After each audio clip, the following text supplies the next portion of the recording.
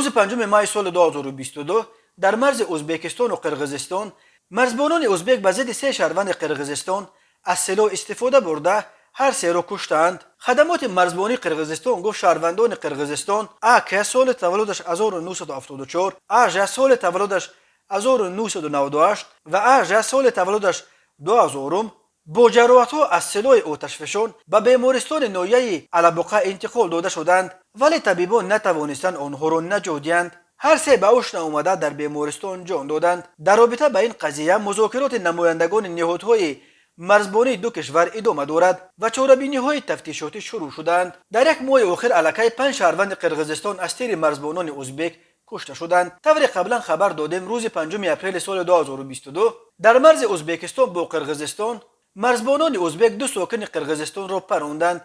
گفته میشد چند شهروند قرقیزستان در نزدیکی دهه دیرس ناحیه اقصی ولایت جلال آباد با اسباب میخواستند غیر قانونی به قلمرو ازبکستان بارهای قاچاقی را گذرانند. مرزبانان ازبک گفتند که این قاچاقبران میخواستند به مبلغ 20,000 دلار امریکا مال و محصولات گوناگون را از مرز قاچاقی گذرانند.